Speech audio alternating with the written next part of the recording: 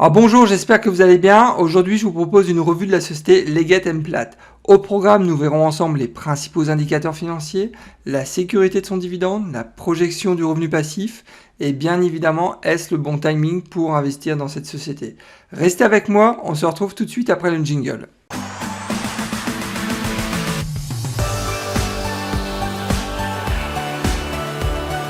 Alors pour ceux qui ne me connaissent pas encore, je me présente, Nicolas de la chaîne Mister Dividende. Mon objectif financier, c'est de construire un revenu passif stable et sécurisé en investissant en bourse.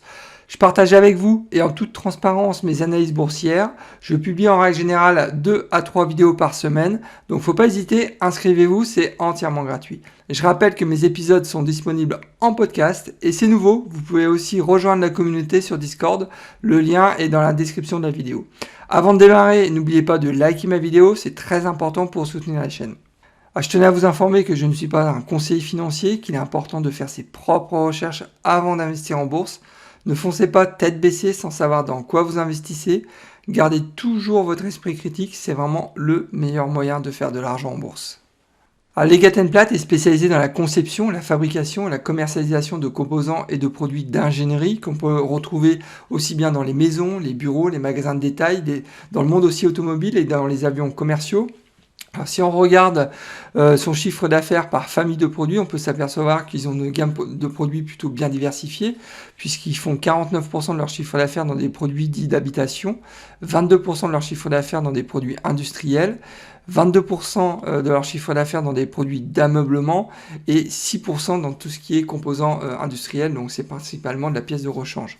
Donc à savoir que sans surprise, au niveau de la répartition géographique du chiffre d'affaires, ils font un peu plus de 65% de leur chiffre d'affaires sur le territoire américain, 10% en Europe et presque 10% aussi en Chine.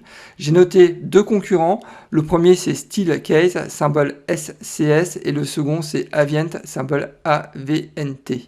Alors, je profite de cette vidéo pour remercier PGTCID qui m'a demandé il y a quelques jours de passer en revue la société Leggett & Platt. Donc merci à toi puisque je ne connaissais pas bien cette société, donc j'ai encore appris beaucoup de choses. Donc il faut savoir que je ne suis pas actuellement actionnaire de cette société. Donc ce que je vous propose en fin de vidéo, c'est de partager avec vous et en toute transparence les positions que j'ai sur la société Lindt. Alors le symbole de Leggett & Platt, c'est LEG du secteur de la consommation discrétionnaire. On est sur un dividende actuellement de 3,55%. Son dividende est plutôt bien sécurisé. Son payout est à 57%. Le cours du titre est entre 47 et 48 $. Et on est sur une capitalisation boursière de 6,32 milliards. Passons à l'analyse du titre, à savoir que le rendement actuel du dividende est en ligne par rapport à sa moyenne sur 5 ans. Je rappelle que son dividende est actuellement à 3,55%. Son PER, par contre, est inférieur par rapport à la moyenne sur 5 ans, puisqu'on a un PER de 15,9, alors que sa moyenne sur 5 ans est située à 17,3, je vais y arriver. Donc c'est plutôt un point d'entrée intéressant. À savoir, si on compare le PER de Leggett & Platt à 15,9 avec le PER du secteur de la consommation discrétionnaire aux États-Unis qui est à 17, on s'aperçoit que Leggett & Platt est quand même légèrement sous-évalué quand même par le marché par rapport au secteur de la consommation discrétionnaire. Donc c'est un second point d'entrée intéressant. Si on regarde du côté de Morningstar, qui estime que le fair value price de LEG est à 47 $ actuellement. Le cours, je vous rappelle, est autour de 48 $. Donc il n'y a pas de discount ou de premium à ce niveau-là. Donc d'une manière générale, moi je considère que le prix est plutôt bien évalué par le marché, voire peut-être légèrement sous-évalué. Alors regardons maintenant dans le rétroviseur, à savoir que sur les 12 derniers mois de l'année, LEG a pris que 7,27% de dividendes intégrés, c'est vraiment pas très bon, alors que le S&P 500, il n'y a pas photo, hein, a pris un peu plus de 33%. Sur 10 ans, c'est un peu meilleur puisque LEG a pris 106%, donc en 10 ans, le titre a doublé, dividendes intégrés, alors que le S&P 500, bon là c'est difficile de le battre, hein, a pris un peu plus de 348% sur 10 ans, dividendes intégrés, je vous le rappelle. Donc ce qu'on peut constater aussi, c'est que en fait depuis 2015, le titre en fait végète. Hein. Ça fait maintenant 6 ans que le titre n'évolue pas positivement, j'ai envie de dire. Donc c'est un constat qu'on peut faire. Au niveau du nombre de splits d'actions, il faut savoir qu'il y en a eu 7. Le dernier c'était en 98, donc ça commence à dater avec un ratio de 2 pour 1. Et il faut savoir qu'il y a un programme de rachat d'actions qui est en cours maintenant depuis quelques années, mais vraiment très léger, hein, puisque le nombre de titres en circulation a baissé de seulement 7% sur 10 ans. Sur ma chaîne Mister Dividende, je vous montre comment j'ai réussi à gagner 300 $ par mois de revenus passifs grâce à mon portefeuille d'actions à dividendes croissants. Alors n'attendez pas, abonnez-vous, c'est entièrement gratuit et bien évidemment si le contenu de la vidéo vous plaît, vous pouvez aussi liker la vidéo.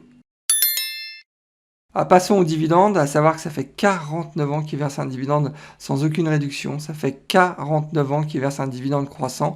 Donc cette année, ça va être la 50e année. Donc ils vont faire partie du club très fermé des sociétés qui ont augmenté leurs dividendes pendant 50 ans consécutivement. Donc c'est extraordinaire, hein, c'est assez rare. Donc ils vont faire partie des Kings. Donc il faut saluer la performance, ça c'est clair. Au niveau de la croissance du dividende sur les 20 dernières années, elle a été plutôt pas mal, hein. Ils ont réussi à augmenter leur dividende de 7% en moyenne par an pendant les 20 dernières années. Sur les 5 dernières années, l'augmentation a été un peu plus faible, mais bon, ça reste très honorable, hein. Ça a été de 5% par an sur les 5 dernières années, donc c'est toujours au-dessus de l'inflation, donc c'est ça aussi qu'il faut retenir. Au niveau du coupon, bon, c'est un coupon trimestriel, hein, c'est classique, en mois 1, en janvier, avril, juillet et octobre. Le coupon annuel est actuellement à 1,68 $ le titre. Et au niveau des crises, hein, bien évidemment, crise financière, crise du Covid, j'aurais pu rajouter la crise du pétrole et encore d'autres. Quoi qu'il arrive, c'est une boîte qui augmente son dividende tous les ans. Donc c'est vraiment le gros point fort de cette société et ça, j'adore ça. Passons aux principaux indicateurs financiers, à savoir que le payout est actuellement à 57%, l'année prochaine il sera à 56%, donc ils l'ont confirmé lors de leur dernier call trimestriel. Au niveau du chiffre d'affaires, c'est donc tout va bien, hein, puisque c'est un chiffre d'affaires qui est croissant depuis maintenant 10 ans, le bénéfice par action aussi, donc vraiment nickel. La dette sur résultat qui est parfaitement maîtrisée, et ça montre une nouvelle fois que c'est une société qui est gérée de manière très conservatrice, hein, c'est ça que j'aime aussi dans ce type de société. Donc, et puis de toute façon, je pense qu'il ne serait pas capable de verser un dividende croissant sur les 50 dernières années sans avoir une approche conservatrice du business. Et ça, c'est aussi un point qui est très très très important quand vous êtes un investisseur qui cherche le rendement, mais aussi un investisseur qui est conservateur. Passons maintenant à la projection du revenu passif, à savoir que si demain j'investissais 1000 $ dans cette société, je sais que la première année, cela générait 35 $ de revenus passifs. Il faut entendre par revenu passif de dividendes. Cet investissement de 1000 $ générait dans 10 ans, donc en 2031, 72 $ de revenus passifs. Et enfin, cet investissement de 1000 $ générait dans 20 ans, donc en 2041, 148 $ de revenus passifs de dividendes. Donc c'est en dessous de mes attentes, hein, puisque moi je cherche principalement des sociétés qui sont capables de me verser un dividende, un revenu passif de 200 $ dans 20 ans, sur une base d'un investissement de départ de 1000 $. Donc tout naturellement, j'ai mis un petit drapeau orangé pour cette projection de revenus passifs. Bon, je suis pas étonné, hein, puisqu'on est quand même sur une croissance du dividende qui est stable autour de 5-6%, donc c'est la raison pour laquelle la projection de revenus passifs est en dessous de mes attentes. Mais bon, ça reste quand même une très belle société, donc c'est ça aussi qu'il faut retenir. Alors au niveau de la prise en compte du développement durable et des enjeux de long terme dans la stratégie de Leggett & Platt, il faut savoir que le risque ESG estimé par Morningstar est à 48,81, donc c'est un risque dit sévère, donc c'est rare, hein, quand même de voir un tel score. Et quand vous parcourez en fait le rapport annuel de Morningstar, on constate en fait qu'ils ont beaucoup d'accidents de travail dans leurs usines, donc il y a vraiment un point de sécurité à mon avis qu'il faut revoir assez urgemment, mais je commence maintenant à comprendre pourquoi le titre, en fait, le cours du titre végète depuis quelques années, hein. S'ils ont un risque ESG aussi important depuis quelques années, c'est clair que les gros fonds d'investissement ne vont pas s'intéresser à ce titre, ils vont pas l'intégrer en fait dans des ETF ou dans d'autres fonds d'investissement, puisque le risque ESG est beaucoup trop important. Lorsque j'ai analysé cette société, j'ai pu noter de nombreux points positifs. Le premier, sans surprise, hein, c'est un rendement du dividende qui est supérieur à 3%, donc c'est quand même un rendement relativement intéressant.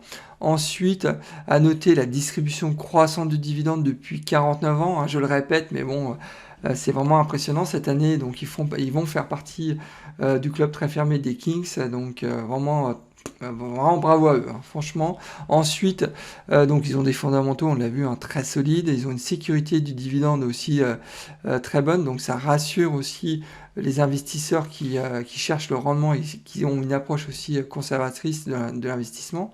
Donc je rappelle qu'ils ont un payout à 57%, les prochaines il sera à 56%. Ensuite, au niveau du business, il faut savoir qu'ils ont un portefeuille de produits diversifié, on l'a vu en introduction. Il faut savoir aussi qu'ils ont une intégration verticale, ce qui signifie qu'ils sont propriétaires de leurs usines.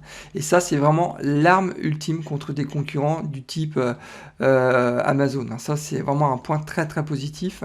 Je rappelle aussi qu'ils ont eu beaucoup de difficultés pendant la crise du Covid. Ils ont eu de nombreux magasins qui ont dû fermer, comme vous le savez, et eu un impact vraiment important sur le chiffre d'affaires. Et malgré cela, ils se sont engagés à distribuer un dividende et ils se sont aussi engagés à l'augmenter. Donc, et ça, c'est vraiment, quand vous êtes un investisseur qui cherche le rendement, ce type de management, ça vaut tout l'or du monde. Et il faut savoir que en 2021, sur le premier et deuxième trimestre, ils ont eu un excédent de trésorerie et ce qu'ils ont fait en premier, ça a été en fait de rembourser une partie de leur dette. Et ça aussi, c'est un point qu'il faut noter parce que c'est assez rare de voir ce type d'attitude dans le management d'aujourd'hui.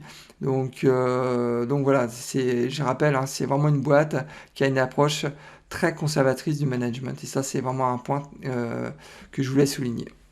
J'ai aussi noté des points de vigilance. Le premier, sans surprise, hein, c'est la projection du dividende qui est inférieur à 200$.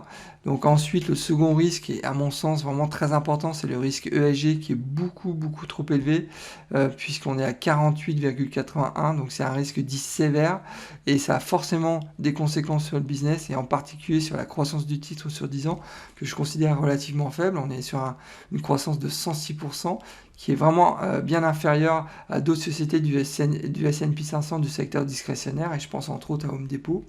Et enfin, je pense que la remontée du prix de l'acier devra aussi avoir un impact sur les matières premières. Donc forcément, il va avoir un impact sur les marges opérationnelles. Donc ça, c'est aussi un risque qu'il fallait noter. Alors pour conclure, je considère que le prix de Leggett est plutôt attractif actuellement.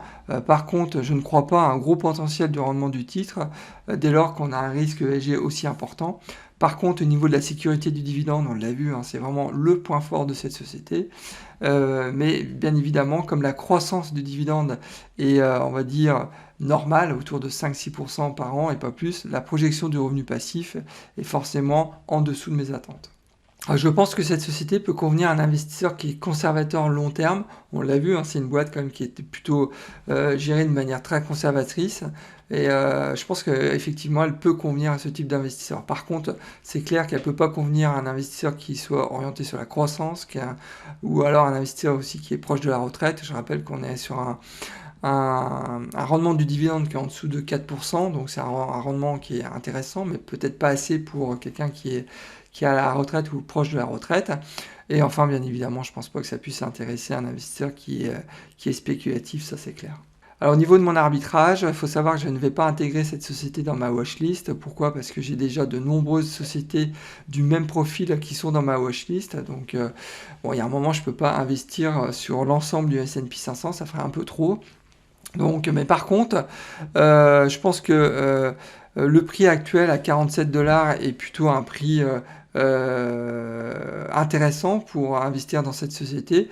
L'exposition, si demain je devais investir dans cette société, serait de 2% au maximum par rapport à la valeur de mon portefeuille, certainement par tranche de 500$. Ça me ferait des frais de transaction de 0,1% chez, bien évidemment, mon broker, Interactive Broker. Comme convenu et en toute transparence, je partage avec vous les positions que j'ai actuellement dans la société Lint. Il faut savoir que j'ai 11 titres pour une valeur marché de 3227$. Donc j'ai déjà touché 61$ de revenus passifs, donc de dividendes. Ma projection de mon revenu passif sur les 12 prochains mois est estimée à 47$. Alors ma plus-value latente est très importante, hein, elle est à 51%, soit 1112$ actuellement. Il faut savoir que j'avais investi en plein marais marasme Covid, donc j'avais plutôt investi au bon moment. Donc ça c'est évident. Au niveau du dividende, il faut savoir que j'ai touché mes premiers dividendes, c'était au mois de juin 2020, et les derniers dividendes que j'ai touchés, c'était au mois de septembre 2021. Eh bien, écoutez, nous arrivons déjà à la fin de cet épisode, alors j'espère que le contenu vous a plu. Dans ce cas-là, n'oubliez pas de liker ma vidéo, c'est vraiment important pour soutenir la chaîne, mais aussi m'encourager à continuer ce type de contenu. Et si vous n'êtes pas encore inscrit à ma chaîne, faut pas hésiter, inscrivez-vous, c'est entièrement gratuit. Eh bien écoutez, je vous souhaite plein de bonnes choses et je vous dis au prochain épisode et surtout, bon trade, au revoir.